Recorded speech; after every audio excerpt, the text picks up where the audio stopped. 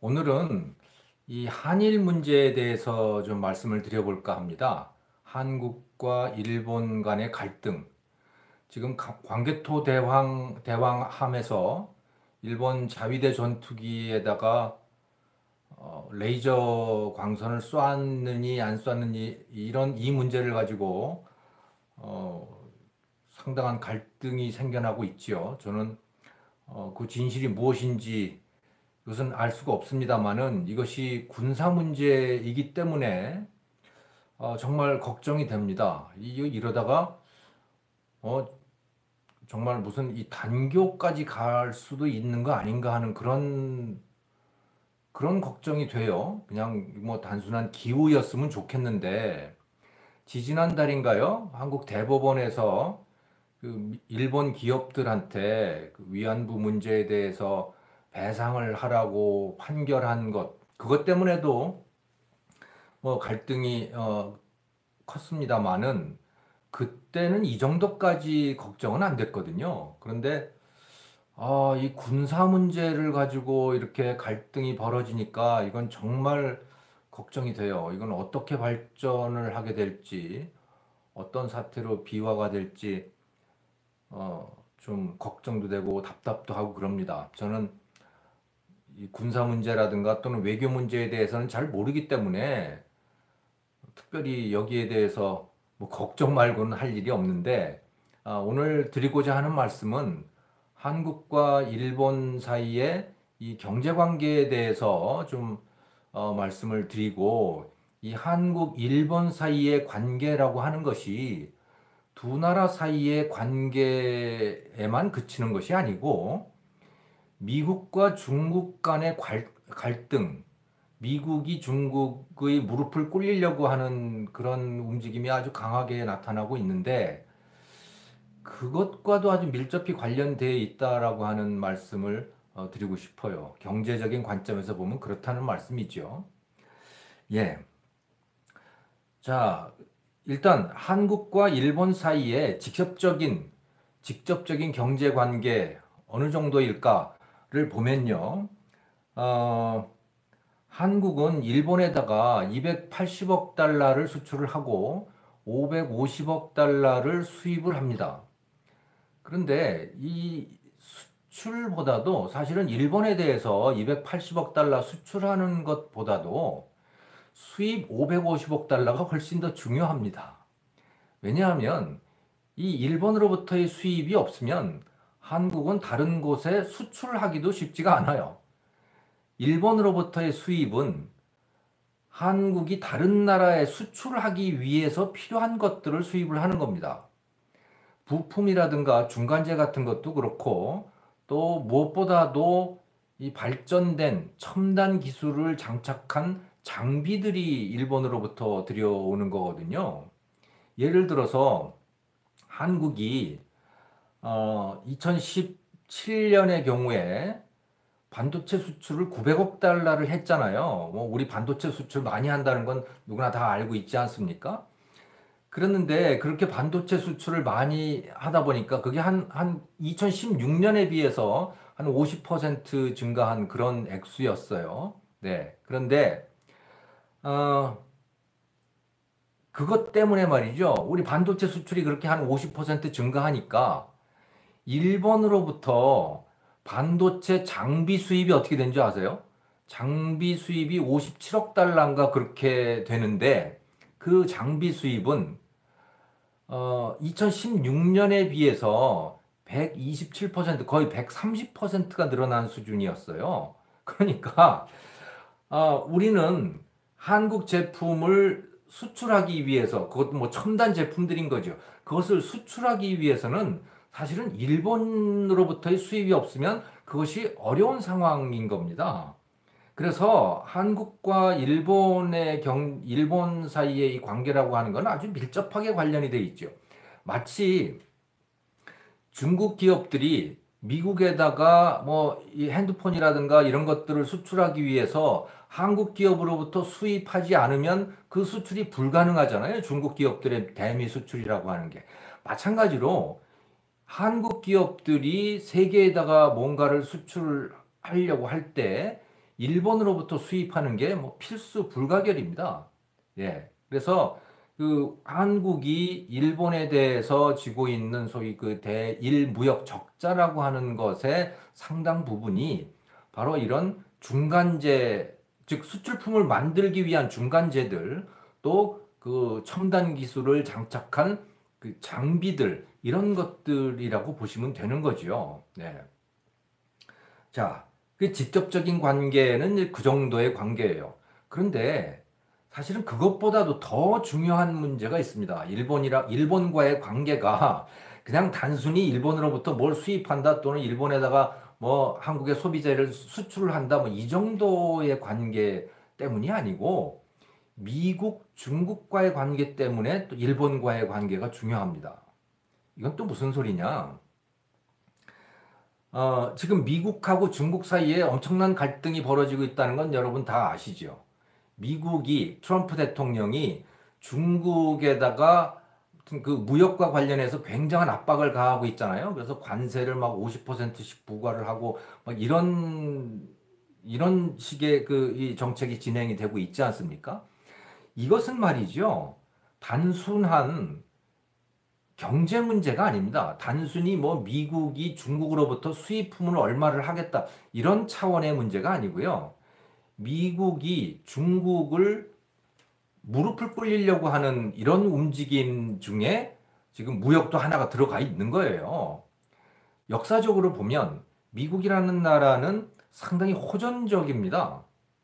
그래서 미국이 다른 나라의 영토를 차지하거나 이런 거는 뭐 최근에 들어서 그런 일은 잘 안 하는데, 2등 국가가 미국에 도전하는 것은 그 꼴은 눈뜨고 못 보더란 말이죠. 그래서 지난 한 50년 동안의 2등 국가들을 한번 생각을 해보세요. 그게 처음에는 소련이었잖아요. 예. 소련, 그래서 뭐 냉전 체제 뭐 이렇게 얘기를 했었죠. 미국이 소련을 어떻게 했습니까? 결국은 군비 증강을 통해 가지고 그 소련이라고 하는 그 연방 자체를 완전히 와해시켜 버렸잖아요. 예. 그거는 소련의 그 자체의 무게, 자체의 비효율 때문에 그 무너진 그런 원인도 있지만, 미국이 레이건 대통령이 압박을 가한 것도 굉장히 중요하게 작용을 하거든요. 그랬죠. 그 다음에 또 미국에 도전할 만한 나라가 어디 있었어요? 그게 일본이잖아요. 일본이 뭐 미국 가가지고서는 미국 빌딩들 사고 할리우드에 있는 영화사들 막 사들이고 막 이렇게 했었죠. 그것도 미국은 그 꼴을 두고 보지 않았어요. 어떻게 했느냐? 1980년대에 플라자 합의라고 하는 걸 통해 가지고 아예 외교적인 압박을 가해서 일본으로 하여금 엔화 가치를 거의 강제적으로 절상을 하게 만들었거든요. 그래서 일본 제품들의 수출 경쟁력을 확 떨어뜨린 거예요. 예. 그렇게 해가지고 그 이후로 소위 그 버블 붕괴라고 하는 현상이 일어났고, 또 잃어버린 20년이라고 하는 그런 현상도 이제 그 이후로 쭉 이어지게 되지요. 그리고 나서는 뭐 일본이 미국한테 덤빈다든가 뭐 이런 거는 뭐 꿈도 못 꾸는 그런 일이 돼 버렸잖아요. 예. 근데 그 다음이 누구냐면 지금 중국인 겁니다.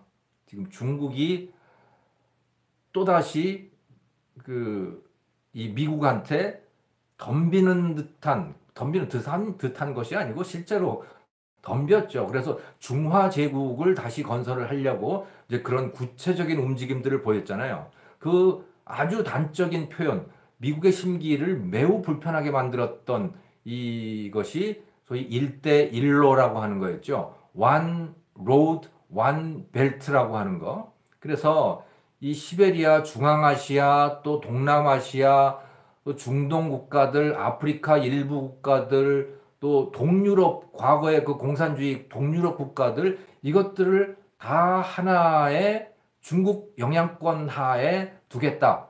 이런 것이 눈에 확 띄는 그런 정책을 썼잖아요.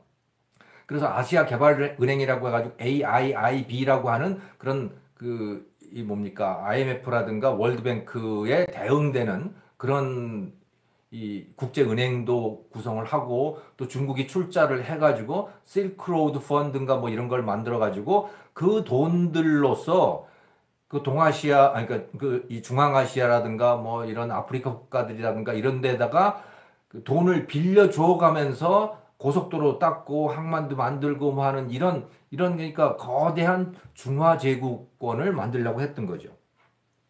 그래서 여기서 여러분들이 지금 보실 수 있겠지만 여기 보면 이 초록색이 중국이죠. 그 위에 있는 그 파란색으로 되어 있는 이 국가들 이게 일대인가 뭐 완벨트일 거예요. 그리고 밑에 주황색으로 되어 있는 이 국가들 그러니까 동남아시아부터 해가지고 아프리카까지 쭉 이어지는 이 나라들 이것들을 다 중화 제국권 안에 두겠다는 거였어요. 네.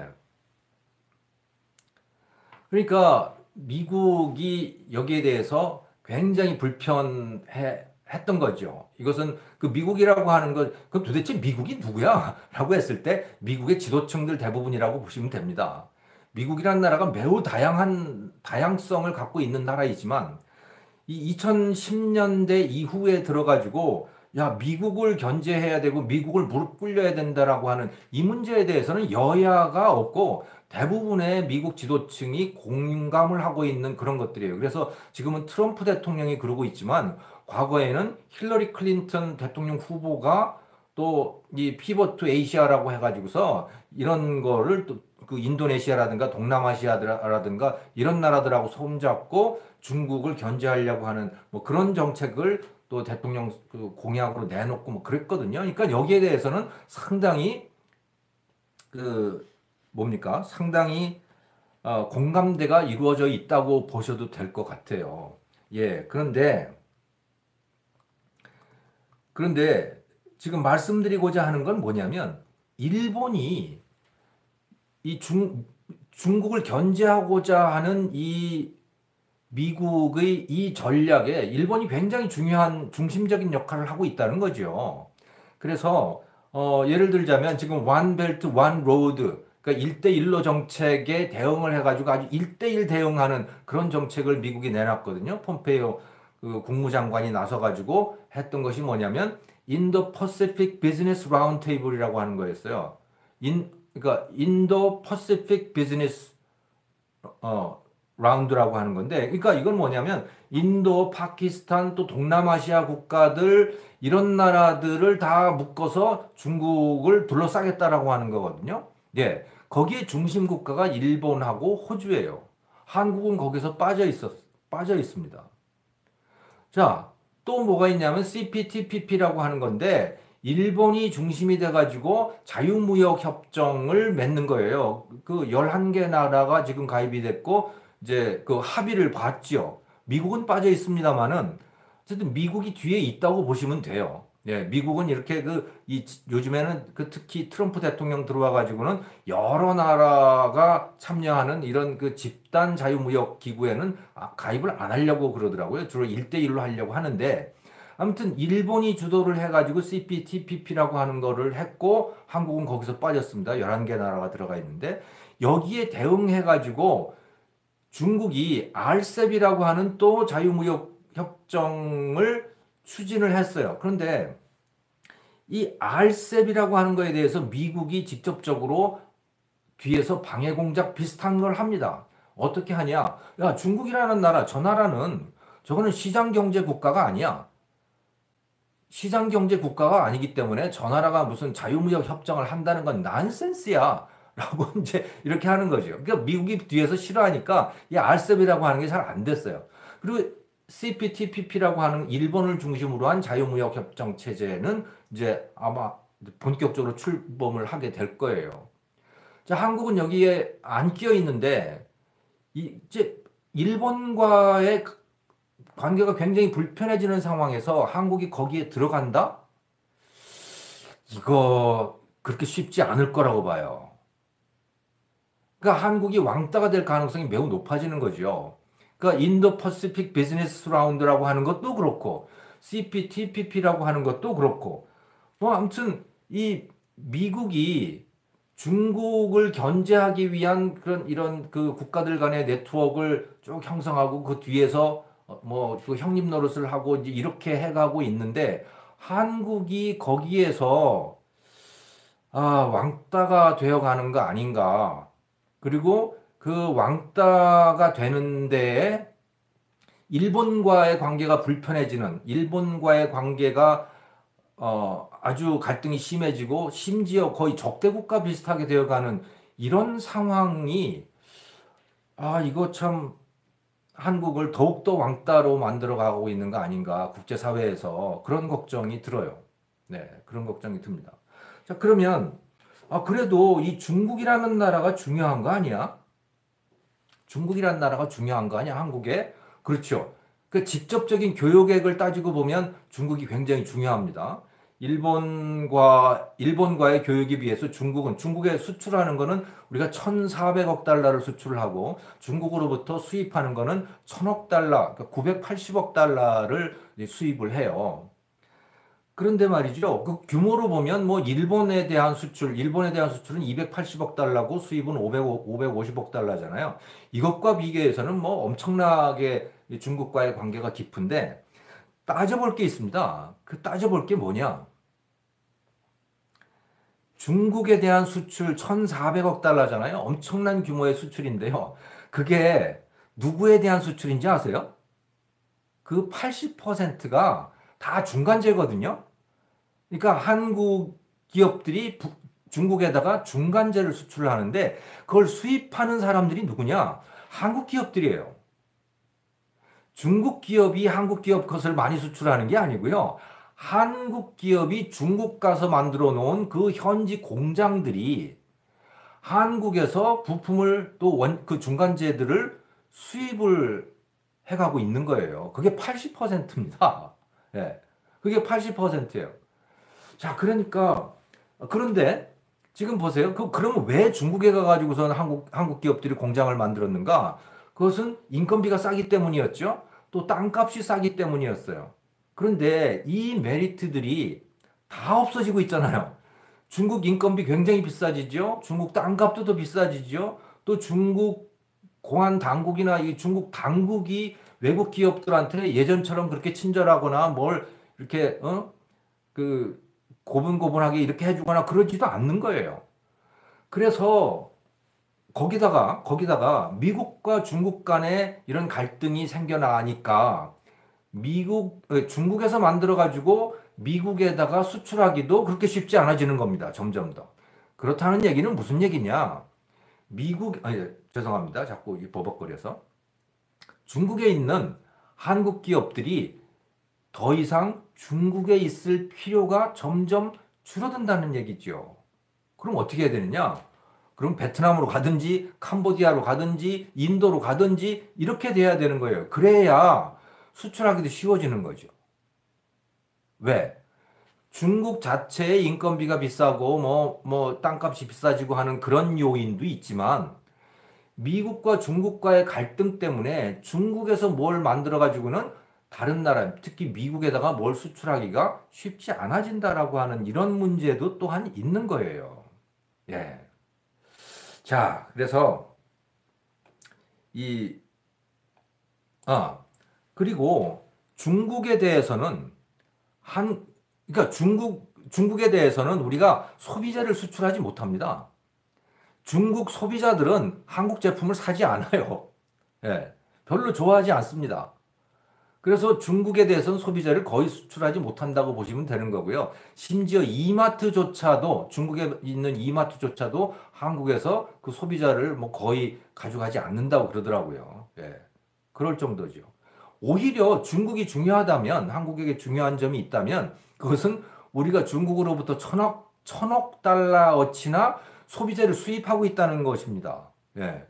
그러니까 중국으로부터 수입하지 않으면 아마 물가가 뭐 엄청나게 올라가거나 뭐 그런 현상이 당장 나타날 거예요. 그런데 좀 길게 본다면 오히려 중국에서부터 베트남이라든가 캄보디아라든가 인도라든가 이쪽으로 이 수입선을 다변화할 필요도 있다고 보는 거죠. 왜냐하면 미국이 중국을 그냥 두지 않을 것이기 때문에 그렇다는 거예요. 그러니까 미국과 중국과의 문제는 이건 단순한 경제 문제가 아니고, 예, 그러니까 미국이 중국을 무릎 꿇리고자 하는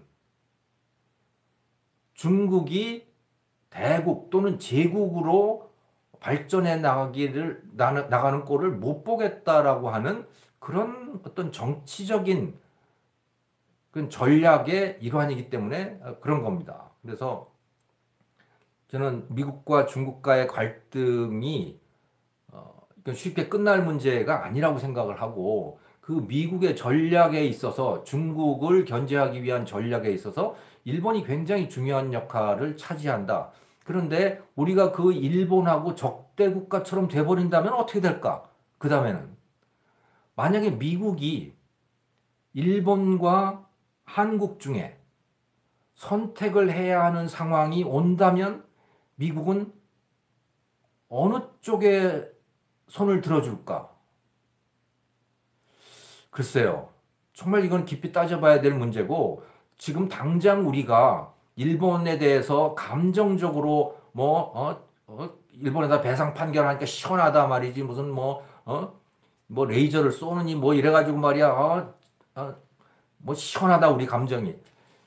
이런 수준에서 접근해야 될 그런 문제가 아니다. 이것은 매우 냉철하게 따져봐야 될 문제다라고 저는 생각을 합니다. 최소한 이 경제 문제만 바라보더라도 그렇다는 말씀이지요. 그래서 좀 우리가 일본과의 관계, 이것을 매우 신중하게 또 미래지향적으로 좀 바라봤으면 좋겠다. 그런 생각이 들어서 간략하게 몇 말씀 드렸습니다.